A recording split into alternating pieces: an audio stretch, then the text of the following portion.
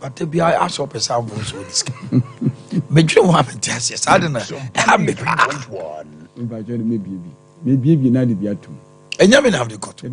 Maybe the account now the Biatu. As I tell oh, maybe or see any coon in my year deal. Matthias, a radius show. And I may say, my I was have up. Oh, let's go. Maybe I can't do I brought to be Elfia. Young man. Na also the info Nibi Baba Chemi. Tiawana Yenjana Quay. Your friend say. Your friend from Pond Davis. I can't tell you we shall say for Saka say friend Davis from Pond. But your friend Davis from Pond. Ah, beautiful. Eddie Jumana.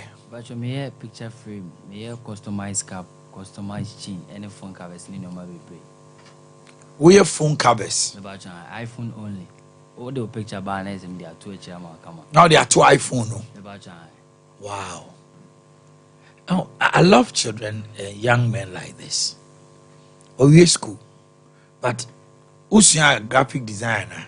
About you, me a general arts. We are general arts. So how did you? I don't know your talent way. About you, you film master. Who could see? About we are school now. Could see?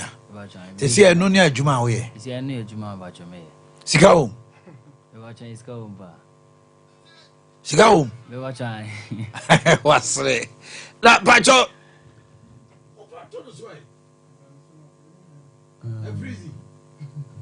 Hey, me fear. Okay. Oh, Raddy. Why did I go to preview? Sompa 3.1. It's in fancy, me phone way, no. Cover no. Now they are to me picture to it. There is an iPhone on ground. Need me. I didn't try. Oh, I don't know where is iPhone.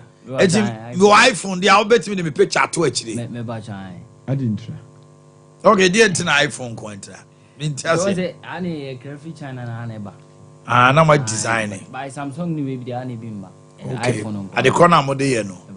iPhone 4. Okay. It's ultimately a boy be out to actually. And Nipa. It's oh phone get it actually. Oh, man. Sompa 3.1. Come here. My MRI said they are cramming. Ah. Yeah, the mommy picture of a boy. Now don't mammy picture boy actually. Now I'm from picture boy actually. Okay. And the and no now we and now we caps design. It's funny say a year be a befie. Nani pa chrono ebi omo ye caps a obeti my designs na to ho ma o. Whoa. It's wa te adwuma na say oni obi na ye adwuma isi. So what pon? See how just say why establish a company. What did you say? Sompa 3.1. Goodness me. Oh, Kwala we no mu here Ghana Enterprise Fund no. Support. I'm telling you, straight away. It do one Kwala of show us. Two Tianaka. The young man is an entrepreneur. I was an entrepreneur, someone one day. Whoa, Davis, I'm so proud of you. But see me, she's Kawati. Davis Wati. And find ye some what girl? Sompa 3.1. And Fabi secret. Man, got me a fucking.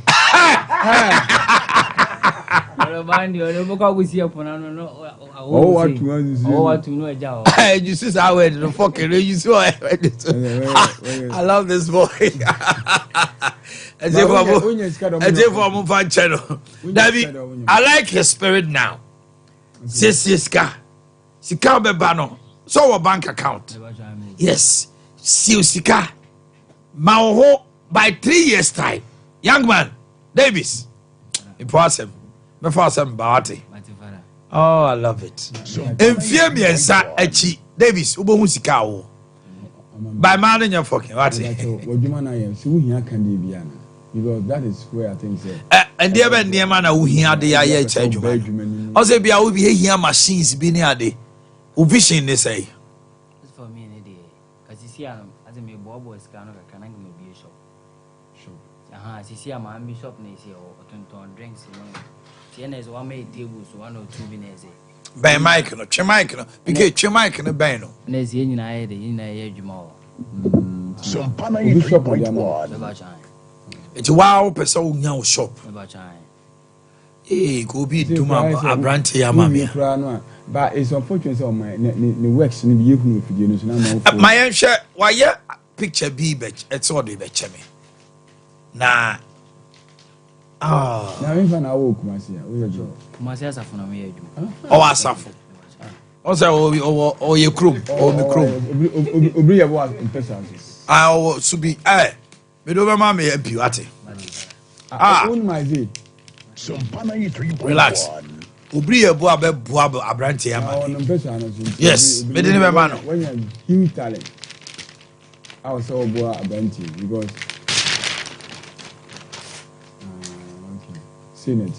whoa Omanhene Yaw do Boakye wo ho aye fe picture no we know one out dry na see the picture na try the boss me picture but we kura no amaje o me ho ofa no Facebook We dey am searching Pinterest. Pinterest Abo artist na. to bo me dina ntimi so mo Pinterest obi o Obo buy first picture di kan buy. oh asante bi nya bad sa o say ya na udi me we am rough no Sompa 93.1. but yo mo fat na wo so ya o ya na wa na wa kire ho come na dey page full one no aja me di we be bo me fie Master say go be adwuma ye na be Pinterest wo koda ho no but seriously I mean can imagine say shadio asante show wedding picture engagement and our call funeral be and our photo shoot now we now the ama branty aye such a beautiful thing and on say idea ebeba no ya na finishing no asante the finishing is all obo obeye we awie so na finishing no just me 300 be beep where me you can see Omanhene you see me standing there say bi mutimi di bi bobu a de ba hu ana asanya me bi sei as wa no achia bi no we no me say But say the wedding come. because on say I say a picture bi na one fan na one scanning na one year whatever Me am say the tin account. no but say editing I tell person just say me and why do me answer no there be yes on say what scanning we hey oh asante come for me na me ho fe me ba cho me come for that for my dear brother mo fa camera no to no so why are there no be ye o de transit kwana bi am nantemra ho akola na ya de na your proper presentation family official presentation but you doing the same Davis we o da ben e wo Debbie ukiada na ya wada mande kojo Davis why are there 7 says Sompa 93.1. why in the watch you know you throw 8 million akoro witness oh nyame anim dey here oh efe o my weje efe efe abranche 22 years we no art in the company we dey ya pass Senka o my Senka woni me say we dey bebro pa na nka hewa sa coat bi gina ka bo say there's no difference oh yes I portrait now the picture be say why are they atana be abranche why are they nyame shira oh when is what do Sompa 93.1. when is what do na wenya no what continue who vision because o my was say no at age 22 no or hard ni focus on the focus on say ni edin that no person kire ni edin yes what ton bidie nyina da Ameba jai. na o questions no way O me ko na me ni ampo. na say why na go school hwe wo ho ana O ba chom parents ah. but now ton bidie o ma me ton bidie ana Ejuma na papa ye no. Ene nyi oguso ye. nti so do ho ko shame Meba jai. but if you say you have the talent for this Meba jai. Nti na mam di mo ba bi rem. hey young man oh I'm so impressed Ade we are obey you know PK de me number me ma. But so obi pese obeye sa de we bia. Me ba. Me fa de we chire pa na manfo hu de ye pa chire. The young man is so good. But you move to see mommy. If some obi say caps design in the ma bebre na ye.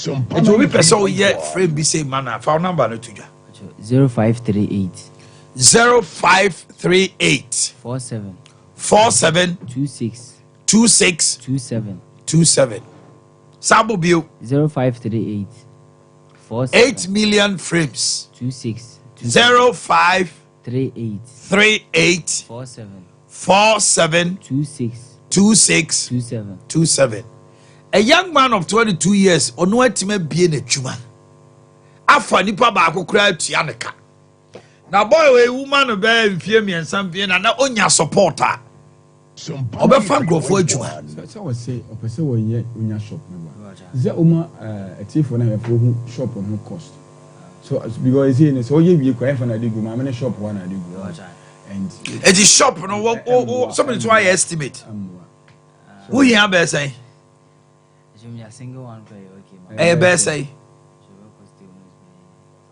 Say, but just think you huna. Maybe 3,000 4,000. Yes, I will go who shop no. What do you go who shop no? Only my day. Connect who shop no. Na she say how you okay ma oni adea. Come and tell me. 3.1. What? I will support you. We say mpopo. What you dey? We name popo. Say you na the way abis my age man. Davis. Me say I will support you.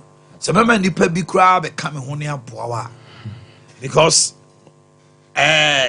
radio and television and you may be saying na ye di ye. Sa abofra atimi nkwala ni bi we in the age bebre gina kwa ho wiam e de se kan gi grofo phones. Ebinum so so e de aye wi nom ne ade. You can see this man has a vision. That should be born in the 30 years near dinner or Danica Papa Bimuno or Bonnie Brana. Na bra bonus in ya na ya. Oh, social media. That is. I know you're there. Unya ko TikTok, unya bo 8 million frames na. I said TikTok 8 million frames. Instagram Instagram 8 million at 27. 8 million at 27. It's 8 million frames. Young ladies. And never be say ya na fe. Say wo dan bi na ebo ho fefefe wo ra dem kwa na hu ana omka. Your best dress bi a wo di twa picture no. E wo say wo dem. Any niam bi num de ade. Fa number no to last one. 0538 47 26 27. Young man, Yami Shati. PK the number me ma. Wo de kopay in the bra. Me want penifobia me no mudi nkoma o betimi support. Na yen support na afei unya shop a betimi afani pa be 2 3. Mo a mo hye me no. Mo frɛ no na mo ma na adwuma. Na no pay ya. Mo frɛ no ma na adwuma. 0538 47 26 I don't know him from Adam. You just came here. Why are they arty? What's your name? My dreams I was at Medibro. Way back our case being an amateur. Now I said now tea food for thought how much. It's a beautiful morning.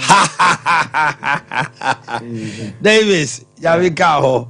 She's so excited too. You ready come out? We have a bapra coupe. What? I'm my adopted son. What? Many ajo when you miss out. Multi-millionaire officer. Oh, that's beautiful. Life care clinic and medical aesthetics. Life care. Minia. That's near Moncomo. That's near Moncomo. Now what to say? Aha. Chokunkron there and said that it's in order. Life care clinic and medical aesthetics. Ebacho say onzo bua otie. Life care clinic dey onim. Yeah. Ebi a life care no be chim kakra. Okay. Aesthetics no ntimi so.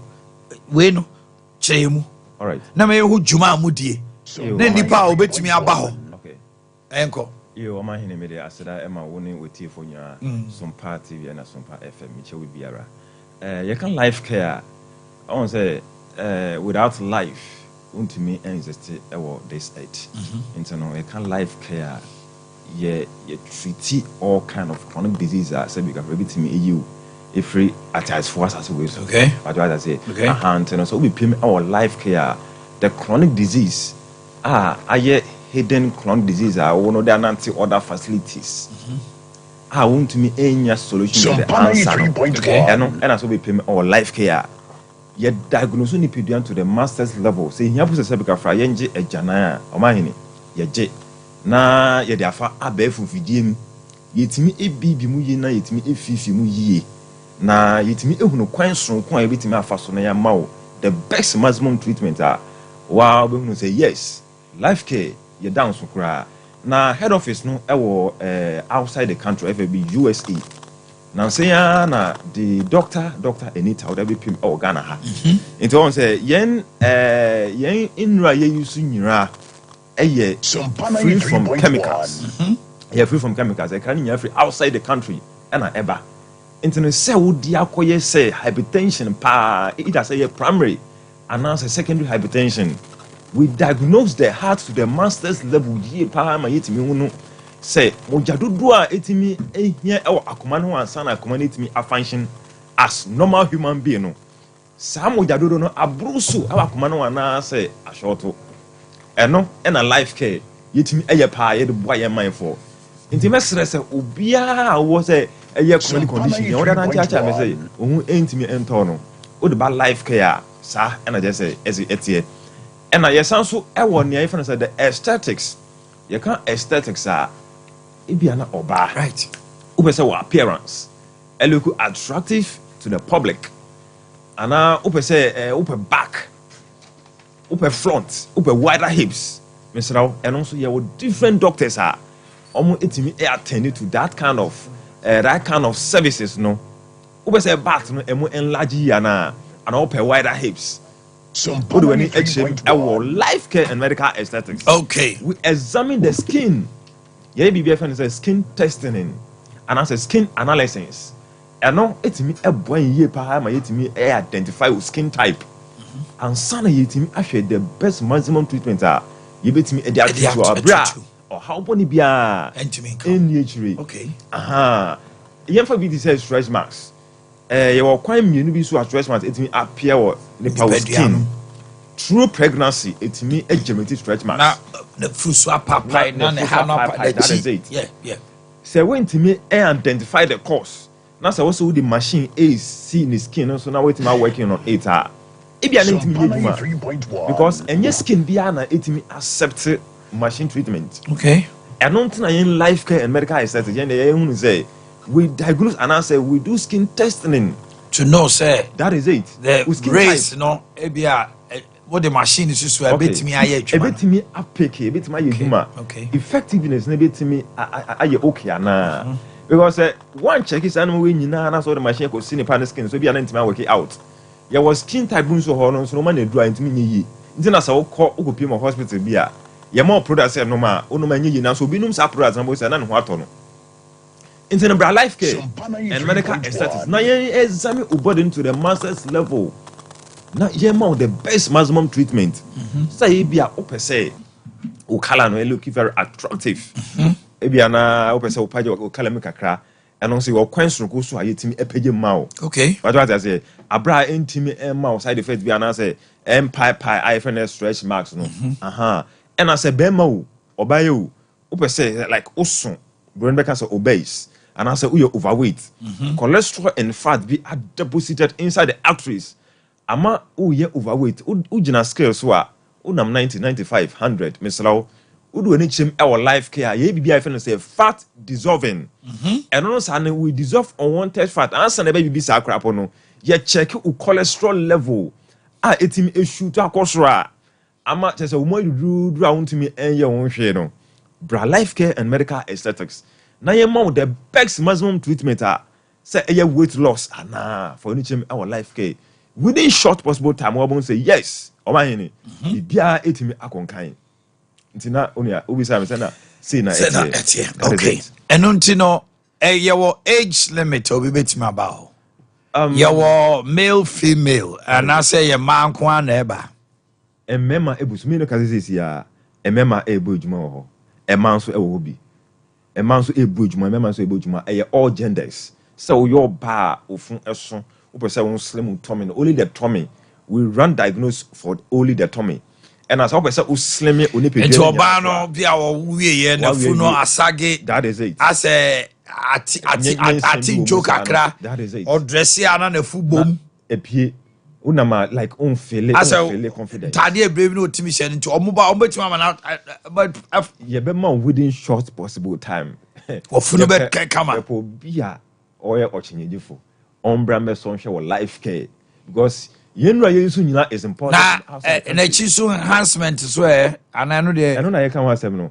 eno no say bia emai ene nana akwa to say yes e free bibi nyash nyash yes sir enti bia oba no na chi no ofi say okay as da ho kakra opeso pejam kakra that is it ye won ne ne de ne say bi kafra atututum sa no o say o hye bibia mo say na atututum na adrodro na etuetuam sa that is it yes sir na sa ma no so ntia o mu hunu say sa de no sabi o mema ye ni nyi ho kra o on say ebi mu tu sa na mo as tokro bi da otu na sa de akosha atadia ani tokro ya de ye ni e metuetua ma me kan da do no e life eti no betima ma na ye kama ye be massage no ha e kwan won ti anka me kan sam ha do de bra betwe ye be de bra fo ni be hwe na ye koso ho na dibu na bibi sise ne mfene no so ye be yi ni nyine for any side-sided votes okay na mema bi also atim say why kese na why kese na fu ni di nanim de no so ye dissolve sa fat no nyina esa na man so nye sex e man no so empe ni sa what I say this fat no nyina deposit inside the body ama atututu mu na ebi mu so apagya na enye no wo de bra life care na e be kire say you kura na oputu kura asane we kura konkro okay na fancy bia obu ho anma o se ne hunam tutu no ne hunam ye ne ya do you do massage I mean sure ye wo all type of massage ye perform e wo and you one specific doctor for one specific type of massage okay but what I say and yes a doctor ba ko pe na e ba be hwe all massage ni na to buy a share say bi so obi on ma o se na kira ye de ya o da na ne hu tutu no ase ono atimu se ohia massage ye Swedish massage aromatherapy massage tissue massage Swedish massage yeah refresh na muni Ghana massage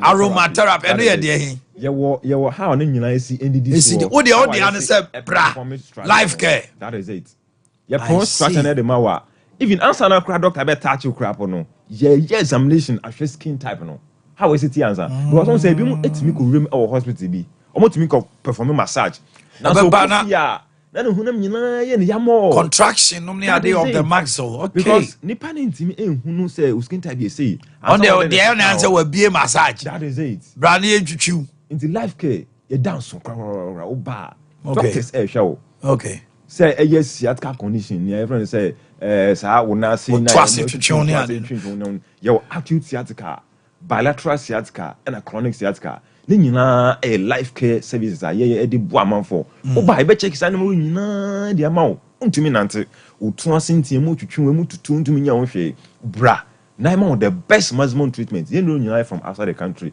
and you free from chemicals okay go numbers no fatu jamae numbers no 0540 58 87 31 0540 58 87 31 and answer 0203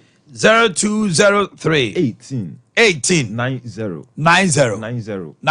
say oh tie another oh tie fm misraw obetimi afa won so awo hwe tv no so hwe o screen na sia na mesu etwegu e wo bi sa no fa na free life care and medical aesthetics ye wo Kumasi Edum police station ye ni just more construction and a direct opposite bra life care na oba o ka say life care your life expectancy is assured just more railways here ya in Canada bra parking space. Oh, ba means parking space go be. We a single person, no person for cars 100 in broad bra.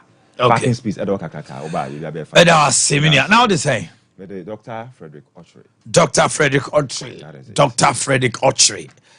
From Life Care and then to train Komono. Mamma say beaucoup to train Komo. Okay. There's a beaucoup Asante Mantem ha Electoral Commission. Wono ena odawo mano mutiteni director of EC. There's a beaucoup Unia Kuma Moachi o. Unia Kuma Medioso. Now pom to say about the other man, Yante Bonnet. The Jews also here. Me who ya do official pa afi enhia. I think committee in Dawasi. Lawyer Adama enche bia na ye to regional representation Council of State. Na my enkomodie ne kakra. Sesi nipa sen na yi omuti wa Asante Mantem wa se won bezu omu gina na ye to omu so aba. Well, that's it. I'm saying Council of State, then the Electoral Commission. Mamunya and Tiano. So, on Yamia Adama, a brother idea, and we are 11th of February. Now, you're better about now, only be in Qatar, and she said, Medino, every year, it's a chairman. That was the 1st of January. Now, the closing nomination. I shan't tell region, and if I do me, and a day on form to buy say on per se to almost Bana Eco Council of State. I shan't tell you Nipa Dumino, a mammy no, and a member do. Juma be a journalist. I inform businessmen, lawyers, journalists like you, your colleagues, and Omaka, and Nipa Dumino, Namia Juma, and the rest of Musaba. Me bacho abatuo no boy enkomo kakra a little education about the election of the Council of State no you to saying you to the obenya kese why mo na qualify so mo to abani bi e wa Asante Mantem ha yo Council of State abatuo no e say abatuo bi etu ya one man one vote ya na and also it's a parliamentary any other apart from presidential. Well, by simple majority, and only according to the only 10, no 11 were winning. Then the Council of State, on my two abani ye. Assembly biabi, assembly men, you know. Assembly this assembly biabi, assembly men, you know. Only Shalom in the minister, I'll be assembly men over this one. And the assembly your 43 assemblies. Okay. And I got the assembly, you know.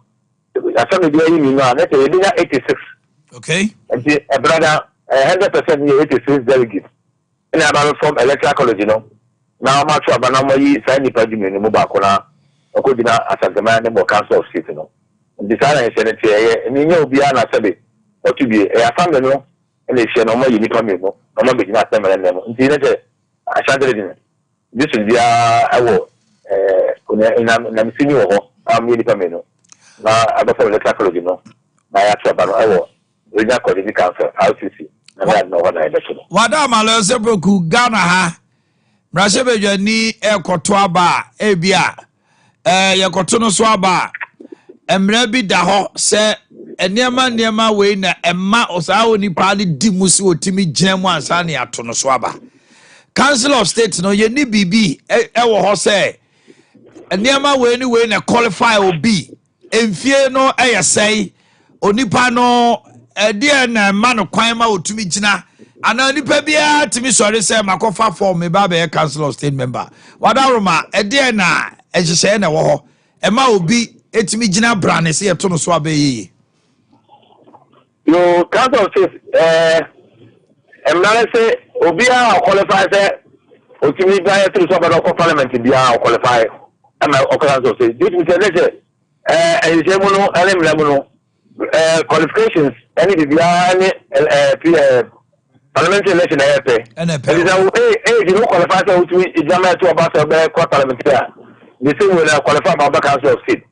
And if you didn't qualify also to Parliament, you know, also Untimaha. And it's always me a form. I want to also say who qualifies for Parliament. Then I also qualify. And see, you know, whether you are A, you are B, or you are C. Okay. The rule is that if you qualify to become a member of Parliament, then that you are ready to go or you are good to go. And see, time right to say, so what the president, man of the DBS, why you there until which will Parliament. The same applies to say, and so which will Council of State. Okay. And see, that the age in your and now, the idea is to quite a Parliament, no. Council have this quite a Council of State. Now, Gala bato e sha se no so ye dia ko wie no num no eno so ebi ka no ana we de nipa de o twe miensa ne nti no e de o twe sia ne nti o mutu wie ya yapon Sala e se no de electoral commission say nke fe na panel so ko se me no e ta say e delegate conference na inni ni padu do no enti say e sha say who say nipa 86 na betua I'm saying the baby, and see, until the last person votes, you know, the better. But it did you say, it's also free, no minimum, yeah, I'm you know, it did you say a shot here and 10 years. But then so I'm not coming here 75. I'm not at the 3 minimum. I'm not now quite to say, if you have been, don't go, don't mean Senator in our area. We have to know, in about the argument of use my account. All right.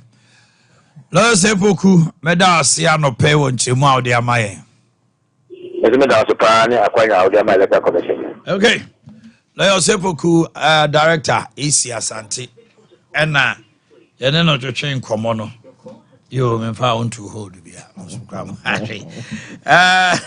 Ajwe. Na ye okko e wo fie ha no pay. Therefore piao mo akwa ba se na dia meni wahia now pom to say yango fa adom ye na che ai na ifidie we so dem no hia da tinam se dem no wahia no fida dem ho de na ai no aro vi jane man kraw ya so na kokon eye otumfo asen hine sepase na nana ayi ni ti se opeso okogina asantememu anemu na yeto no so abase at Council of State no okoto omampanifo ena niam bia wo se wo so ye de boa oman Ghana na tumpon no na ekoko wa ha ne betwetwe nkomo Dr. Kwame Buaye lecturer Central University Kumasi ye no so be di nkomo about the role of the Council of State in our governance na yenhwe at a point in time it has outlived its usefulness yengu no ebi mo say that be Council of State manage another chamber to say what Senate now you House of Representatives no some people are even calling say and camera say bejafo kra no e take decision and was saying back Council of State as a form of a Senate as a second chamber now almost decision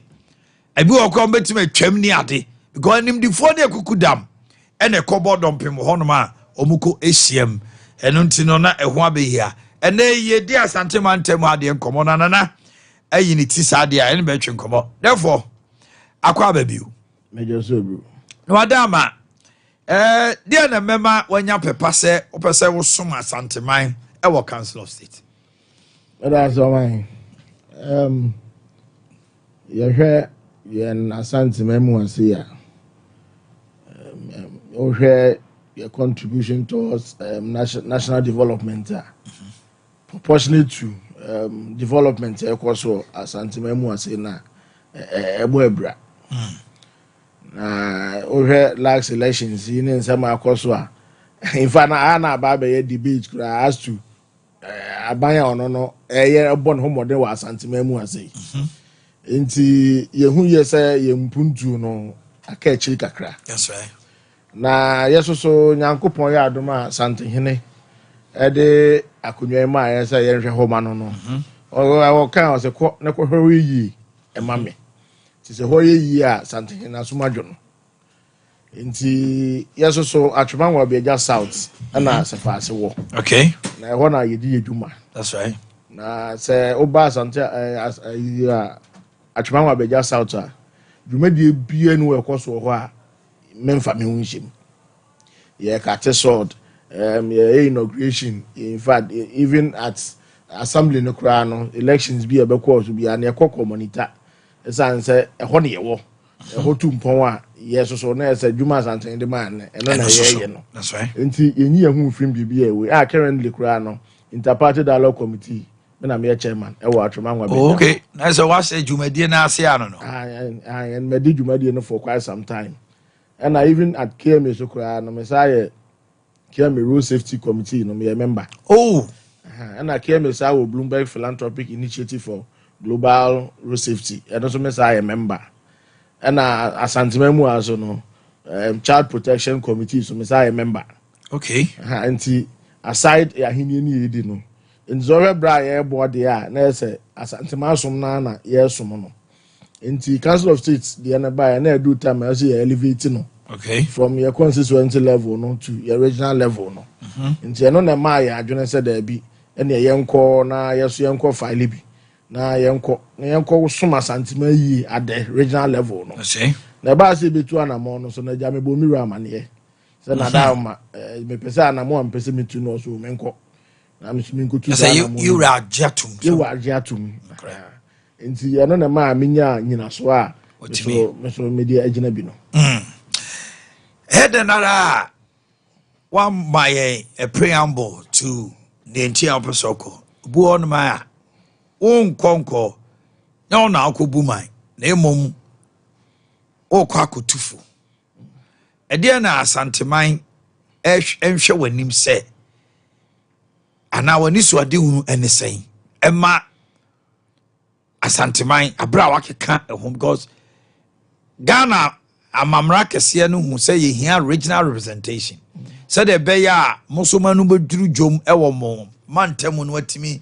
ene o mampani ana watwe na adwene si enema bi so a e bi atoche ma se ne o ka he no dia na hu ne ha officer ni monim he ya no se kwanya ba na se wotimi kwa wo betwe o mampani adwene si so insan se wotie mafutu oni mo meetings oni mo ye me da so man projects be and I was asantima mu ha ye di ansa akoka ye nwie me am impesu aso afari military hospital there was a war hospital you Krofro market KJT phase 2 Boakye inland ports that projects ye ne do bibiri na no ye di ansa akoka ye nwie enti na no so ampanyin nyame adom ye to abama na no obeda yewura ase no oba o se yewura abose na dauma dumadi edi amano no obebo ne homoden ase project bia na yen complete wa asanteman no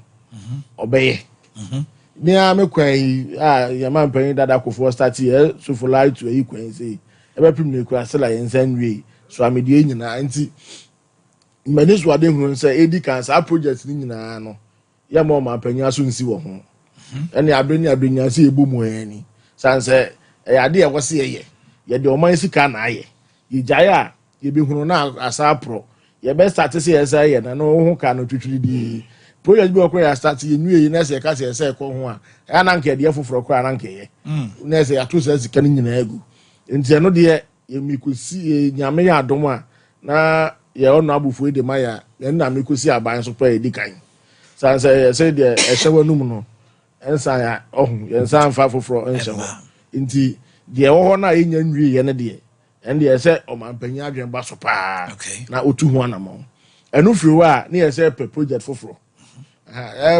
o ma se bi te se de nkomo ye sha ase ye free theater ye free pre bi se mre kuma se nya no national theater ye free pre bi se mre kuma se nya ne entertainment space and some baby yes nti me as an entertainment person no so there say ye kwa eno so be my agenda ba ko pa that's right no so me ko bo hu dawru etoso my marriage say periodically no me na ye MPs nso be hia say bit say the na kan ye nje project but say MP bi wo bibi eda na koma so ebi ona na nkofo na hia ye nye we ebi ana opushi ya enko akodu office bi akwa sabi en munyama e wo council of state na yeso ye de attention na say prima na afi de no man panyin hye na ho na ye de so na so say edwumadi we say no akam to adama na hwe ho maye na say ye tu ho anamo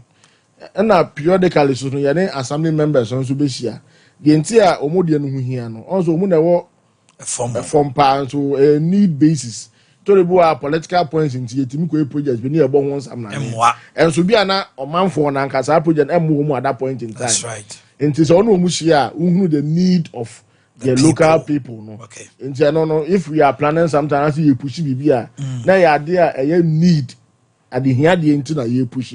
Dem no anya say you kwa project bia keke na ya dia baba be. There be I meka say the rural development Kakra University, one of my courses now. Me lecturer, Professor Che, Pentecost University. All chair Ade Akye say, in Krominu. And our mo, ewo hono na doctor. In Kroma no bako, ebu fu omo hine no. Wo hine no soa ye kro no. Ama jewo in gra twa nya mani brace akrom ema no. In Kroma no so bu fu mrante ne po hine kra tu no. Amanfo ntiase eno nkobu sem na boys ne say wo he no okro na to aso no edu fiada obebo brass band na brass band na obebo no ama omu kro no gas ni nyina akọ hono mo ama boys ne ho no enya field day enjoy ti ama e tokwa ya bedo omu ntem omo ne o he na ka he ne say no hu hia na your friend say community center ni wa ne here it was see a beautiful market almost omunkom almost still man ni no musimu a I know you busa busa dey almost brass band to okoto brass band ni bi buy no e bedru ye na Monday na dwana ye ma toilet fufura a wasi omu nyina akoso obi atua ne sika ko omu guys aba pacho what you say enti need na na eka no wo wan kran a wo si omu de omu hia ekwan ebias ekwan no so obedwisu kura ma omu na wo si toilet ma omu a omu pe ko ma ne be ma nyina omu to omuram enti ekwan na obeye ye no why yo enso amoa omu tina na asem kese pa no aka no de need base no bebre projects bebre onoma etim ko e okro bi so na aka eso amanfa so at the wrong time. Yes. To be fair na a quick one one assembly members no so didn't come on what has been the response wait one of your delegates yan kase delegates are fucking right here so we can say work abi o ma uni ma menka ba ko bi ansa me ho say to say the me see involved in your man ntimi anam nim de ekọ unim say ye ho assembly members no ebitimi tua hospital bills nyina no dey no creba yes eno ho abi di be bia dey say assembly man enti eno so ye ma de ba ko a eno so ka me ho na no na me kan de na assembly members no obi ani age say on say this was assembly common fund no ye the district ni ye MP e won common fund sabi yeah MCs no so musu of fund that is assembly common fund that they operate with aside the IGF no right. any you know but assembly members any fund bia omuso na tikakase ni nyina omuso na sabi yeah bonds ha yeah party bi wa honorable wa ma wanya assembly you be engagement one kwa assembly to and na jebe fro na me se me ko ba bi obi ka che me say ono assembly member na da na nsu to o sa na obi bone prum pam okobie ya papa bi okuratu adan ya na yire pi your mind onim ba bi onam sa assembly member na amwa me ankwa hwe no hu ne je no bebo ntu udi agoso bebo ntu nti ho na so wo free unit committee member no muti umugum eye ya announcement obi awadaw so nti atete no omuwom no but adwuma so na say ya tu ho acha adwuma yi on the good side, the president now says about I think say uko pushino and say pushi anu no munya salary kakra ni asa pushi say this was assembly common fund no yenya percentage bi emma omo and they are reserved for the assembly members. Is that no man can be an honorable no de bottom zika. Never say impressed to be no. Okay. Now this end to me be intimate triaka. But at least they relieve you of their burden kakra. So no mu din komo no. And somebody to omanim na so many. No mu ebi hu komo no mu ya nana. What can you ask mama? Nana what can you ask mama? In fact, obi kwa na nana e just e bia ba bia nana nam ntina ya unimi ha. Nti ya wo so na ugusu a o ka no. Moto ya de mu ifu akura nka ho. Ni nyina so na bo twa kwan na ode akọ. Nti they need something. Nti eno so ye mani so ade hu ba akopa so my man say eno de mebo ho de hura de aso man panyina so ma kopem say okay. Nana ya kwa tumfo asen hine sapase ene ene ne twetwe nkromo no. Na articles 89 to 92 of the 1992 Constitution establishes the Council of State to counsel President in the performance of his functions. Who are the membership? Who are the members?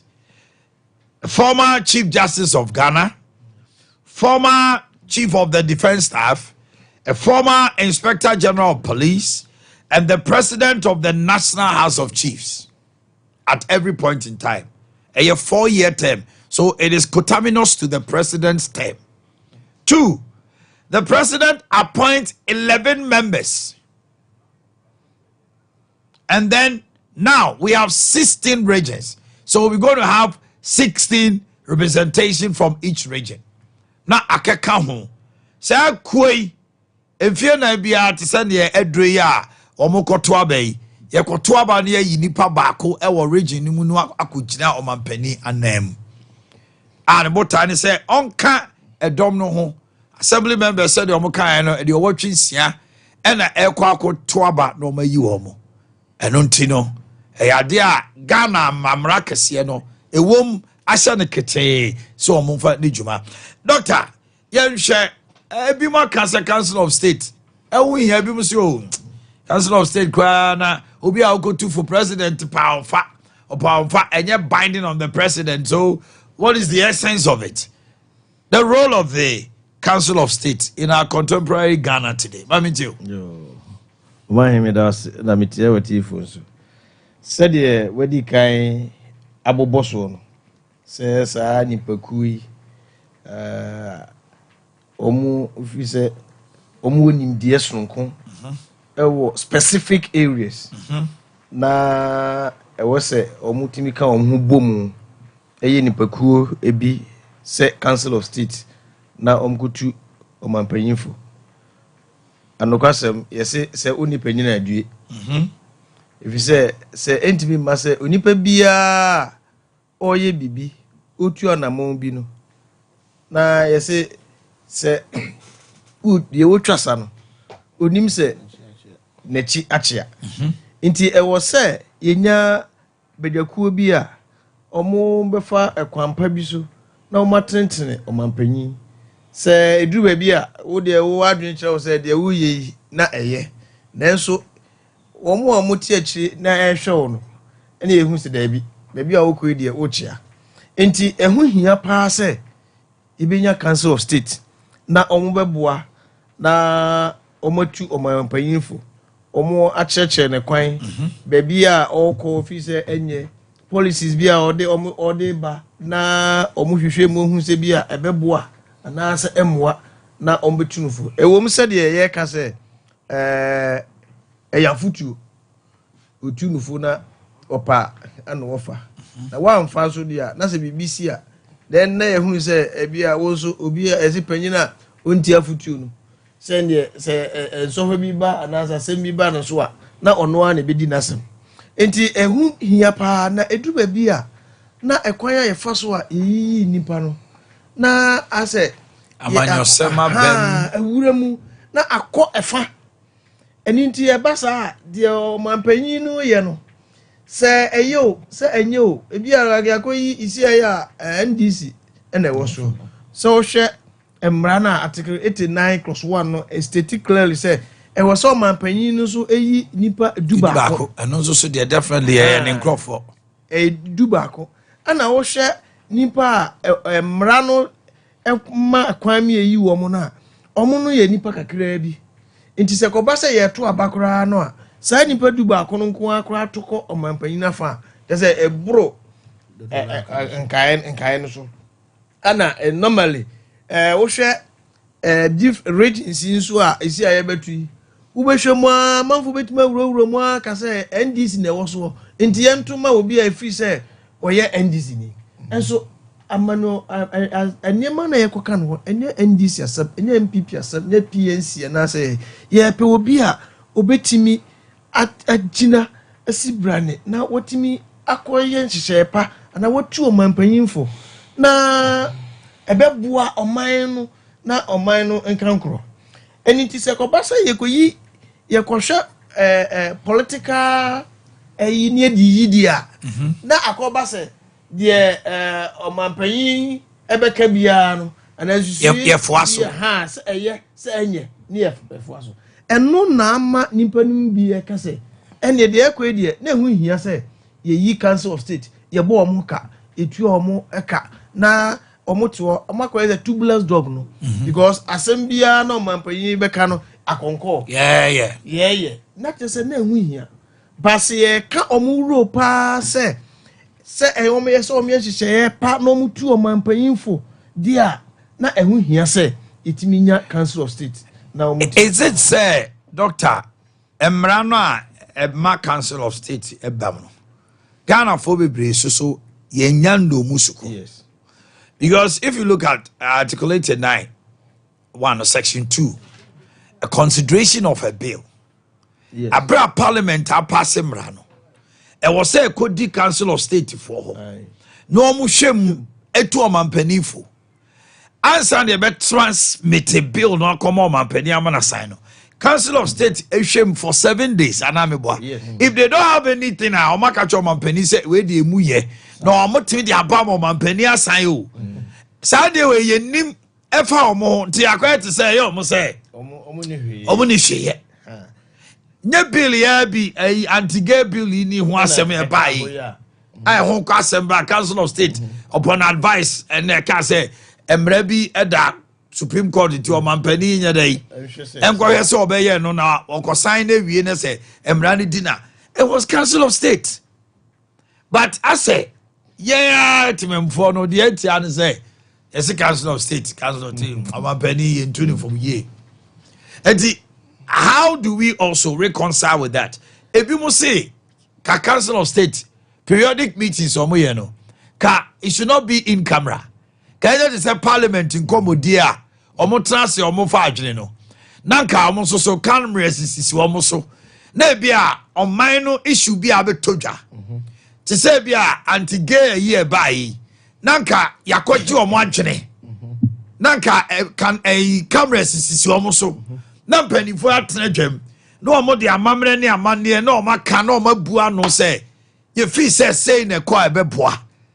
eno no only be the school of thought ya adwene na so akwa se kukuam komati obi ehu binti ye hu de omo ye anka eye de okay anka eye na so ohun se enye afutuo no enyi nyina na sese ebedum wohu nti se ko ba se yesi ye kutu amampanyinfo na afutuo aye be tu ni nyina da mansan animu ye hu ni nyina ye hwe ni nyina na omampanyin se ode be adwuma onfa nya adwuma na ahono so akoye issue ene duru baby kura wo kura so a ebi a wo hu se asem we ya ye ebe yi de bi enye ene kwa se ebi a omampanyin ye nsa ebi a ye nya ni se no na ebi a wo hu se en favor na manuku no wo hu se nso oye different person bi na ono so akoye adefoforo and but was say enchechire na etimi koso na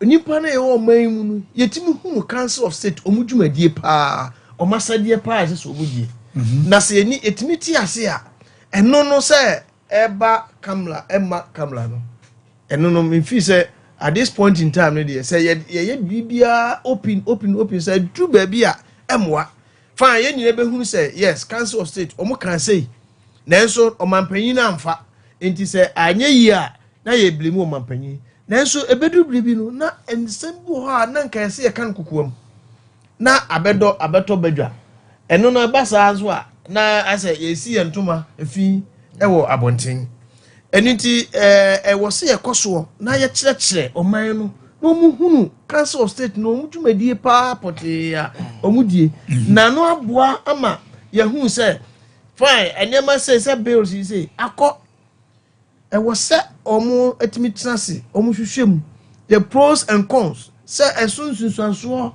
ye dituma emfaso be na de bebre sunsunsanso boni be na de beba se etimi ye san hwehwemu ni nyina wie ansana omu etimi ama omampanyi go ahead say ebia fa wonsa hyase na eno na meche say edu ba bia na politics awuram enam say see I mintimi nkase omampanyi nipa duba akona okoyi wo mu no obeyiyi ada ayi I think Nanado set a precedent for the first time.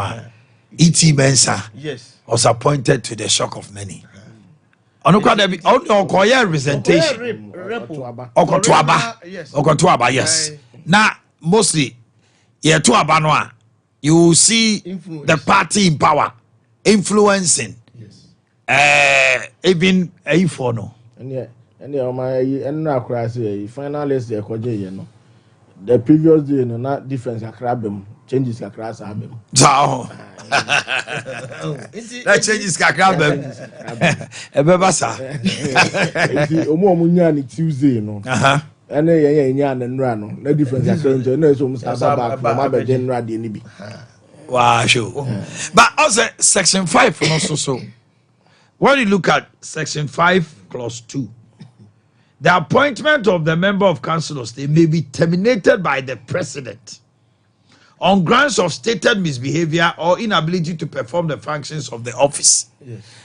And also my council of state for also restricted because ya to baba na na ya okuyoko ebi omuko ye na okuyoko omo ye meeting a nkomodie no ebi anema bi a o catch omampani na nim say enye president can on grounds of stated misbehavior no yet to make a say nana ye will but obetwa ka say as a threat anamon bia nana ya ekweku atuo no enso nani anase enso na council take for nya akwa adwan ko so omoaye president betima asake enti wo ko no e ma won so nana we are careful. You need to succumb to. I think that law needs a second. Mama nim say no be e benya nchemu kakra. Also the appointment. Also council of state in 2 categories. Yes. One is by appointment, one is by election. By election, no, they encounter, but I'm talking about the appointment. Yes. That's why I stated. Yes. Said the no Emma Abia or be appointed woman. Or 2 means so 11 no. Our control. Our control almost so. And then I make control. My as now can it twice mupa. And I think that council of state who here, but they be the guiding principles, to the and they say yeah. And such a crack. Also, Tim Bian, can say the winner takes one affect your governance. That's right. And Kebi Crank, a honey bit to minister, and you start here free. Say, even if appointment and grant, I was say, can you be free? Other political parties anymore. Say, Yanasana, they said they're now can say, on the elections here. But I said deliberately, you to me, and say, known party members from that the opposition party. Yes. No, only who's at least a fair balance be. And I don't want and comes to the presidency in a very here one national party. And also them way. But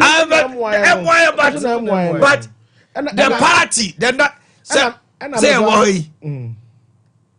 Truth be told, say what me na ese dun katia national chairman. Fifi Kwete general secretary.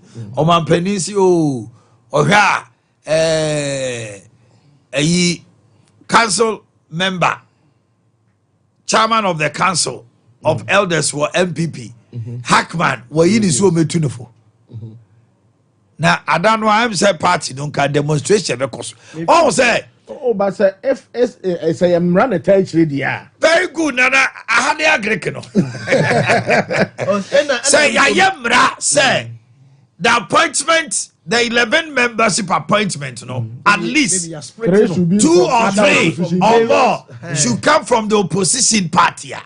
ɛno ɛyɛmra a yɛahyɛ ne ketene enti ɔmampani no wanyi a wobu so na wei the prerogative of the president so akoye say ono na esi ya to abama no eno no ne the winner takes all no any issue no because ekopa no saa dia ono nipa na wo yi wo mo so ono so fi say sa ankofo no metim no maye obetim no maye adwuma enti obeyi saa 11 na ebe onim say ebe favor no na saa ankofo nso na usanso wotumi say utumi yi omodi wantimi anya de wo pa usayi na di enti wo fi say saa nipa no be dey anything I was and man must eat 11 people we no and can say you're spreading no organizations bodies they very then you pick them from those areas na omotimi abebo like assembly appointment assembly now that appointment that is it into the local assembly no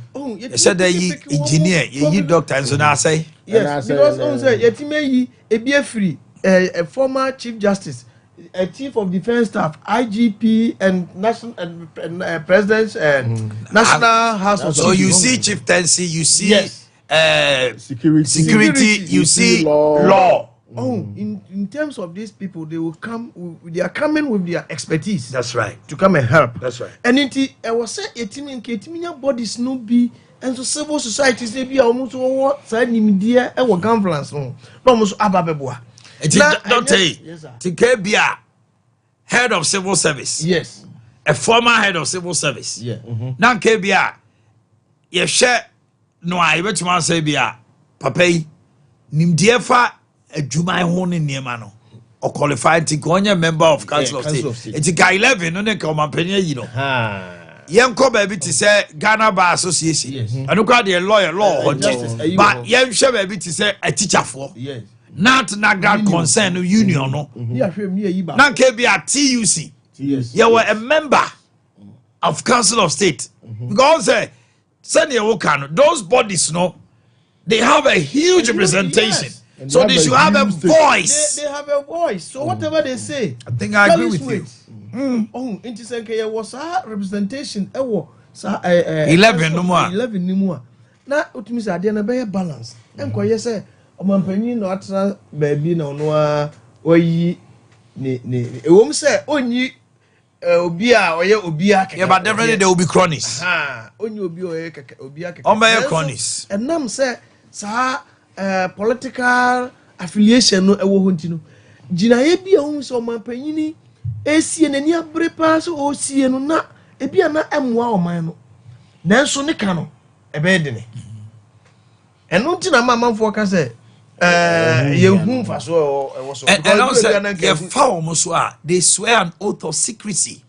Yes. There was some people how to me ka. And nti na say public na say you come to public it becomes a problem. Possible. But for me I feel say cabinet they swear oath of secrecy. Yes. But yesterday you take cabinet I said the reports. But ask you the truth of it. Ebi okra etimba say bi a cabinet si and bi a say ni. And no salmon say akotom na say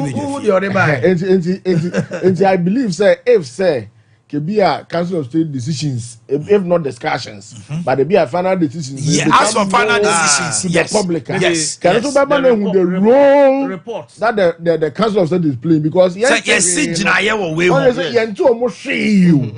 Enti na obi afin say almost ni faso ko ye nti o mo hwe they say ye to abawi a on take council of state asem biem and ade ba ko suni nana we there ye ntu ohenefo ye ntu panifo so adawroma ya ye ayi de mesre maka council of state regional representation no obi o hono mo a ye to abanema ni wi a emfie 9 no obi antenenka. We have seen it many a times since the 1992 Constitution came into being. Bebre no mako represent Asantia. O catch on ye impact. Yehunu. Ena oman for no kra no. Impact kra what can be you. Opa ye musa ye ho say. Assembly members no kra no. Why near to Abama as council of state near nipa be kwa. Mr. Say nipa say the be who say we ɔhene wei anaa ɔpani wei ɛna yɛto abama na ɔyɛ ka Dr. Ade no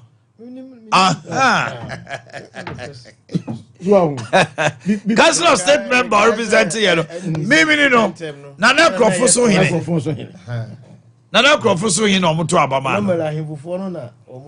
because the last na etwase hene on say ya na NDC on say ya na Nana no matrankunya omunim dio ye de amanyosem ya agage omo ahemfo nye politics but Council of State National House of Chiefs President or a member masa Nana politics no yo but because say you know akoya yi Nana no mubetima ka ho asema na because mubekọ no 16 obozi obi abehu be ahemfo be 7 as 8 eno mo wom enumre a wo se mo kana na madaroma ye ma mo kwan ma mo sumutimi kama dwene not necessarily standing on political platforms because how dey no so ama Ghana for be feel say ahemfo nya politics but in a disguise moye my politics there by nature a political being into you know there but partisan politics no I know na hard ne they said the Council of State e beba no ahemfo na wo so na dodo na bi na by appointment dodo na apart from more statutory say chairman of the Council of State on automatic you know dodo na appointment ye fa system ni mu na ya 2 years aba no and I believe say a do time I say yes sem na ye hunu ye say Council of State no enye ya fa say the creative ayibi into kwatra dey as tembia na say oye din mu na money no we should be even if another Council of State meetings na but I was here tonka ye te woni on national issues and san kwa na ba obi kura nim de okwa akoka na we ensem ba obi kana no atum obi wonte hwe de said ye kan ye busa esi na nipa bebrebe within Ashanti ye nim they not represented for the last 4 years and so at time we need people who can speak on national issues, especially those who are elected who can speak because all there 4 years yet to be new and didn't say okwa no wakwa kan on when you know say ankasa so ya na adodo de no nya bi new but of course so mine so say ye kwei no say me nyame madonna me kwa me I'm not going to keep quiet you also make a bia meka now be kind of kwampa so nya say constructively because ye nyama kwa ye kan sam dada ye kan sam dada issues on ye kan de bia na sabi ye capacity ni ntin na bia enru da bia say edu na obi anyame adom na ebenya capacity no e dia kansem ba ebenya na gina so na dia kansem ya ditimi asechire o mampanya hu say no sabi ye boa mo amamu mpo na akoso ene ma ye kanya say eyeyi a o mampanya na nya the maximum capital yes on nya maximum capital no enti at the end of the day no ono even the political message say oh miyewe and so obi okwa na sa ade no na initiative no if the Council of State but we take credit no oh yes and ebebo na ma na enya enhancement in the next election no? Okay and I believe say ade criticisms when is constructive is the best okay but and say what na say panyini na bibia na ado ani ahwesa no ama na pass by say be say panyini a otrafi man kwarawe na nka no ye ka na nkwarefo ye ka na ka hu bi enti jene ye ka because of the posture of Council of State over the years and then I'm going for say and for so be any some pass it's a time I say doctor my member on chai omo go to assembly members there na wo ka kire omo there na omo nhwe because say empempi definitely nipa be kwa akobo apro bobi o kokro omo tim say and some now all kind of cry it's so crass because you see you know what I mean, man. I'm See, I know. I see, I'm sorry, delegate. Yes. Now, check. Meeting, of course. Assembly, before you be elected, no. Before you be selected, say, among the assembly members, no. Two na edo kono. It's okay. Why would they eat two no? Mostly no. Two no back here constant. Presiding member. Presiding member and one other. Now one other, one then did go. Sometimes presiding member needs to be coordinating director and share. No, my end. This is also a meeting. No man nominating ni pabako. Do I nominate you or no corner or dear Bano or my next uncle? All right. What they should consider because you take your victim as you find him. Yes. On Gasa, also Timmy Gasa. What year? All right, I mean, did you rescan your decoder now? They can't now say, Sompa TV, ya bano pabne sokra. Now, TV no, I could do better, so say, be out to share who you are, emaning how you free so. Rescan the decoder and view. Now, I was a Sompa TV screen, no be a digital, a dem. Now, ye HD, no, so what to say, oh, shit, TV, Ankasa. Sompa TV. A market yapa. Big Dank Healthcare, a bad liver and kidney specialist, Doctor Victor Nana Dankwa F. for niche. Yeah, I want you to buy soccer by J. Kufor School Junction. Brana UTIs are a wall, bro. Urinary tract infections, cystis, blood inflammation, hyperlipidemia, yeah, high cholesterol, hepatitis B and C, hypertension, diabetes, hyperglycemia. Prostate enlargement, any yadia would do any not dano, bra. Sabal liver and kidney specialist there. Look no further. Big Dat Healthcare. Freya 0502230999. 0502230999. 0247 665436. Afei Mr. Momede a yen kai boy hm. Yanya sundi ntime. Eye wofa Bino akwasi adubofo AK wofa Bino. Onyamfia de oson baako. Abusuan pani ekona abusuan pani opani akwasi kra. Bo aman fija. Ohine ba dubra de otoso mienu bo amanhene ohine yire akuapokua. Bo amahima nana ya bo ama beposo ekona hene. Nana kwadwo asumi ye ekona moako kontihine opani kusia babio ewo Kumase. Nana Boatima Abromahima, opening Kusia Bio, Nana Kwakuado, CEO, Menaba Group of Companies, Honorable Kandapa, former National Security Minister, Honorable Kakaya Chamfor, former DC Boaman Fija, Eja Boatim Freeman USA, Nana Samoa Boakye, CEO, Nana Boakye Abia, and Nana Siedusa for Parkside Limited. And you know, Charles, no donor friend Red or USA, Obaku Amponsa, Ena Ajuampofwa. Ujama Kislopom, Padan, any Abigail Edusa. Na Peninsia Fantum, you say, memory that bay, a year 8 February. Ewa Boaman Fijano, num pepper near day of Fabino Atom Pem, a fay Boaman Baptist Church, a honey Bequacoya Wufusum, a Busiaba Tanasi or Boaman Fija funeral grounds.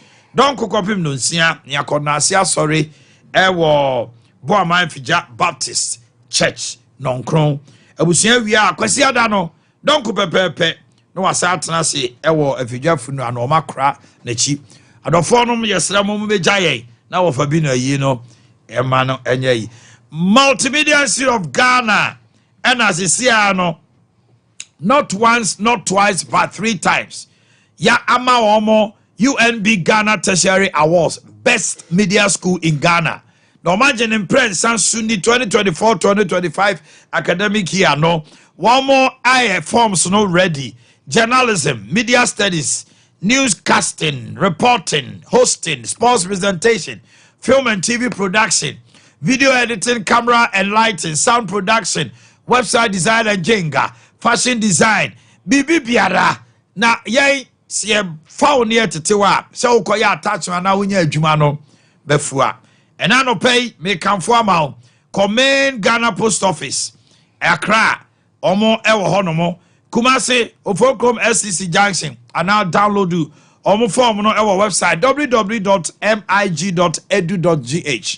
www.mig.edu.gh where your dreams come true. We are proud to be the leading best media school and that call us on 0244 488418 0244 488418 na bibia enkoso kama obi ton asase ewa agrek ngwamase eben Hope Exchange Hospital eye plot to mienu 100 by 120 plot ba ku bia opese wani ji ho a frɛ 0249 917 998 0249 917 998. The Great Kumasi Festival of Miracles ekoso eshasia brada enura na nyagro enesoso Archbishop Charles Aginasare ewo krom on evangelist Francis Aginasare bra nebehu awurade anwawade ne na maniye ne na basa di juma son di ayaresa ema ne ma entisha no so kokasi astrotefe ya Adventist school ni di hwani mu Abreport Junction ho na juma die ba so enwura no sia ne no ano no afei mamenka rubata lubricant 17 say open lubricant engine oil papa bogum 10,000 miles and san was san a rubat lubricant ka bia bi weather condition bia a fuel economy and unti trotro taxi drivers ne cars akese ni nyinada monto rubat 0592 350916 Tonisac Electronics so yasne me the birthdays bro TVs air property fridges freezers air conditioners chest freezers microwave ovens cookers, blenders, kettles, home theaters. Udiani property electronics at Tonisac Electronics Diabejaso. Yawazi Karam Quantipomo Dumu Sania. Samsung a showroom a Kane Pioneer Publications a Ben a Doom a year Malcolm.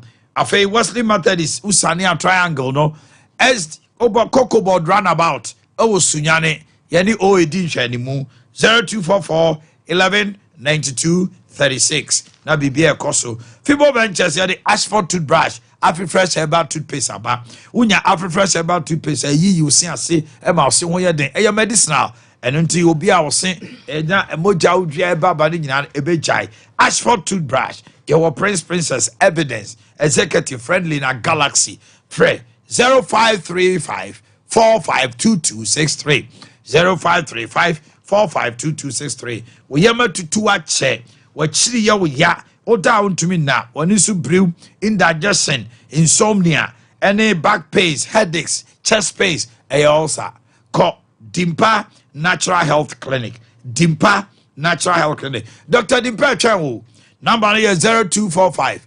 118434 0245 118434 and 0246 744 744 na bibia ankoso kama informal time eba mixture a 3D yadie no ebe free wa contem malaria fever no any loss of appetite any general bodily pains ebe free wa bra wo de time heba di juma afei enkomo no ayemrenti rashes big gugu out ho a me comfort time HH herbal mixture and capsules the amount time HH herbal mixture and capsules and also be man enkomo ho ayedin fresh 0244 417 669 Offsist Medpoint Pharmacy Limited and the Offsist Abejaso oba umudu nye menstrual cycle nye afei untum kosia ye watenka so wo kruso mu atim keja banche da ho bo style ba ko pen wa yi no anane buafu wan we anan kwala no omo baji no kanya ho unya Offsist ebe boaw aloe cinnamon Mayo Institute amino acid vitamins ashemuma afei the Metma tablet ayem penifo malaria dro and a suspension also ayem mofra bomodina so be 0596607858 0596607858 so what to 2 pound now sasa bro no ne ade what the answer sound you onya we hear Dawood 360 capsules and Dawood ointment onom to pay no now di chi onum to pay now di chi and once we hura gina brane now na wosre no Dawood Hospital you was say asanyu so Kumasi ejoso krapa fresh 0244 886437 3 Herbal Center Koko ye just say Me am madam for be pa when I do me da no afre mo se o man. Charlie. Uni kokwadro. Oh! And I'm supposed to project 3 cold capsules. Obo boy no waste pains away. Pals na she the yamuso and team or Timmy called Juma kama. Uber to me up to be 0546 107 107. Oko maybe a toy draw be I will say open 3A cold capsules and no 0546 107 107. Afei Mami Enkamfo Obo Heba Medical Research Center. Ya wa do to adumanu. Enkan kaso official town. Enkransa headquarters at the Smai Ejira Kwano so. Na se eba stroke, diabetes, kidney disorders, infertility, hepatitis. Obu adon sakon akuma se ya eya wo ya broni friend in China. Obu odon ma profuse heartbeat, palpitation, chronic disease, chronic headache, migraine, fatigue and dizziness. When you should brew when you want to wabre. When you know Obo Heba Medical Research Center yeshe fra 0257 472506 0257 472506. Kangen and Najik drinking water. Oh, what a water. Ensure way 8.5 alkaline. Na a safe refreshing. Imuda hokain. Our hydrogen rich minerals like calcium, magnesium, potassium, iron. It will hunt and then won't kanjina. So we are there, ebia liver, kidney, heart, organs, no, and a regulative body temperature until a pump when ye. Kanjin, carry nutrients in oxygen to your cells. It is the bia mojano, dear frusani. And ya draw a yunsio, no bad dear new brand won't you, Munina, she will say, Techo. May come for kanjina mount, or no ma, won't say there be a hot 10. Number 0241 449191 0241 449191.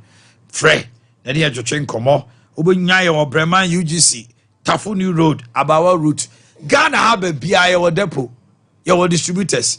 Tunya Fred 0241 4491 now, Semi or Tamale, or Semi Waha, or Semi one crime, Lubu. Ya betcha baby I'll be biato. Mamma share 1 hour that Namimra Bidja 4 and Opena Yemfa Bibiam Revi.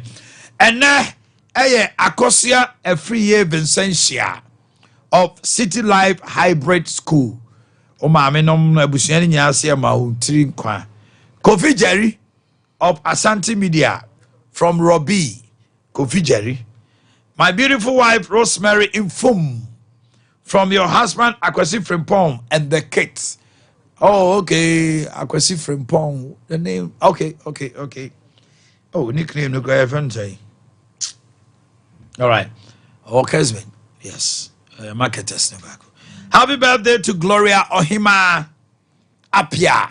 From your mother, Agnes of Mokpa. Maxwell Samoa O Maxi of Canada. From Kakape. Doctor, Ravi Brown would say, now you didn't come on. Assembly members, so what should they look for? And they all see a candy, a candy. It's almost a delegates. Delegates. And I said, yeah, as if fear delegates. And you can tell her. Yeah, can I say? Council of State members. That's right. I was seeing a nipa omadrumudo. Omini mamre ne amanie. Na yebetimi akọ bo omanpanyi echidom. Na wetimi ayen hyehepa. Na aboa oman no nkoso ne nimpuntuo. Nti de me pese me ka na mesre assembly members fo a omo ekwakoto aba no se.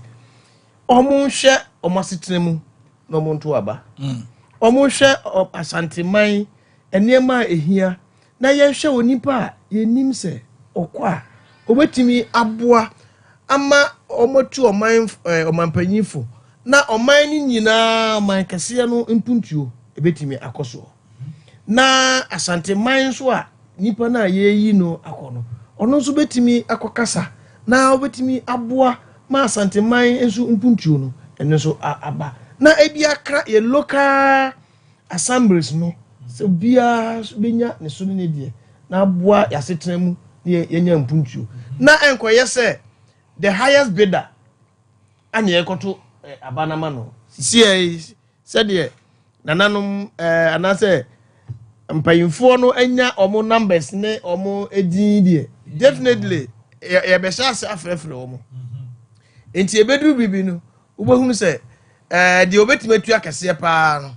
ana ne ekoto abama no ebi nso ana saa nipa no so no ontimi nya adwuma no ontimi nya adwuma na se kodu ona se kotua pa kotua so de ana se ne no so enye wo because you go council of state member na wa kotua kotu omampanifo na eye sikatua dia na baby ayewura no eye the most dangerous place because wenom na eye the echelon of society yes if he say omudimu ye yi obi so kotu omampanifo a na ye say ogina brane nim dio nana na so otimi tia sika ma na akoto abama ne dia assembly member free MPC even eti omuma omo dia nanso eniti yesrese omo no nana mpanyimfo a omo ko gina se omo nto omo aba omo ton omo nsem no omo nya se bi omo di sika koma de omo betimi aye omo so sika so de won tia unko na assembly members no entiase ba assembly members so bedu bibia na wa ba no nti ye ba ne ekokwa ohun sa ne ma no na de ayi katasihye yi eba wi yo because ohun say at least oba esese omani bi enti so omano 1 cedi we ba no money 2 cedis the next person ba man 5 cedis and then say 5 cedis no na the highest bidder dey ekoto abama ebi so na sa nimpa no so kra adwuma no ontimi nye enti yesra assembly members no say omunyi sa idea se sikasem no emfiri no omo hwe because omo nam omo to omo nsam de omo betimi aye ade aboa oman no ade aboa asanteman ade aboa district ne constituency no ana omo ka ya setremu de omo betimi aye na omampanyin enam so aboa ya setremu no enti omo hwe wono na omo hwe obi a omo ti unse asem a wakan die enokore obetimi aye obetimi aboa na omo nto aba no ma no na enkoye se yenimwei anase we betime tu esika kese amayen na ekoto aba eba sa de na yetirimupo botae a eninti yeyi onipa no e de akoso ngotu omampanyin fo na se faso bia maso because ontimi nya ade papa bia emayen na akoye se yegina ba bia yegina ana asanteman so yefi se eyehia enema bebre nti ye wo se etimi nya obi a obetimi akwaka bi amayen O2 for national development national no stress so ba fie no stress at least ono so baby ono so tie obenya bibi kakra aba fie mampanyimfo so ahunu sampa ono so okoye no at least wanko no kwa nyenya bibi aba fie na atimi aboa ye nyina oman na ya ko ma membra won chen sam radio assembly members ni bebre minim so akọ mo so ba wo mu tio di asem na aka kire wo camera we show me nim na ka bibi che Jamaica ni ana say jina mi jina no ma ho odi nyina agina enoma mi no so 1 adwuma amaye no the constituency and for that matter Kumasi and Ashanti in general because if you know about mention na mostly programs bano do na me na metako ya na afre na meko various programs and I come constituency na kugu sabi bia so mi wonke me na make ti ma ho den ba ko honi gina ti system na the back governance a wonim yes and the 2 ma ho den say jam message so and some na making say ujiri ye say eyensempa na ede ne to akoma so na nyankopon to nsupagu so anu ato ama me sa anya oda mento ma me se bi enhwe se mebre usika enhwe se mebre obibi ansa esan say o man yenim di a yenya fi emofra ase ebepem de yeduri so bi ma 100 billion kura sabi odi watem because the knowledge we have acquired no we can't quantify it in monetary terms. Okay. And that's how Tana will be back at you say, Chiwina Kotomame. And I'm a bar measure. And as a bar show. Now, so what actually. You must say, if 3 years are there, a CSA. If years are the CSA, you'll go out and answer what you are mounting. Won't me crown calling champion. some of us also by virtue of baby and them to know you're easily accessible.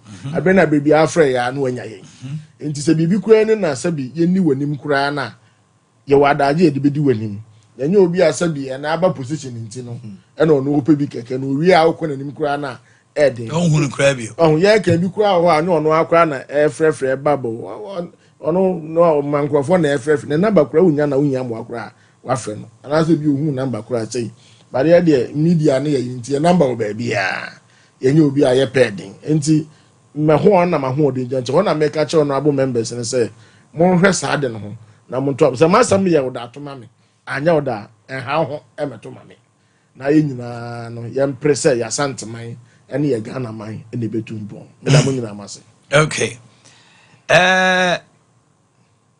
enne exactly 8 years I de Asante Hima edi ade na kwadu wow afi cheba o na kwadu Asante Hima na wonana ye chewa no pay e tonsu pa urade tonsu pa ngu ahoden apomden o ma won kwa ahoden wom na to asoa ne Asante ma nyina ntena ma yen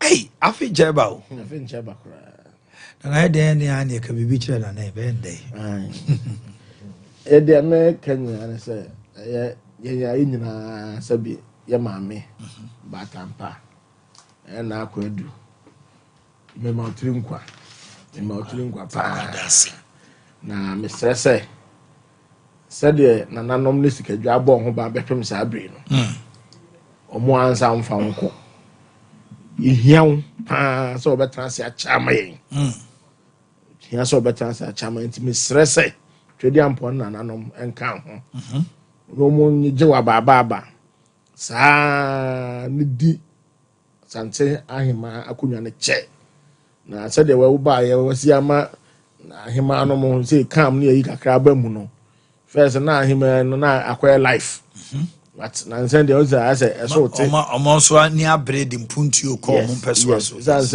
se bi mo na mo bo mema ne chidom ma mema ne ya de pada mo de mo yese hu hia mo na life ne fanfare na ese na enye yewura santen so de bi o kan wansem ti ya ma trinkwa pa ya ma trinkwa na ese o twede am so mo amfi bibiri e ga ofie mu na me de ma no sirin so yewura santen ne na dama na mte baby na dama ena menya nya agina so ya ena me so kwa kopre bi me sire utwedi ampo nshira ama na pa so utwedi ampo de bia sam ba kwa no ka enne me de afutu sam no so obeye panyina da form na de o manfo nteti aso omu ateti aso omu za baby ada na nya omu na be pigya wo e de wa kosoro that's I know pramso hine he na santema gura kasa na so kabi si enkromiensa bo aman ni ya keka ho nyina ya se hie no wo se on de ma ho e hie no wa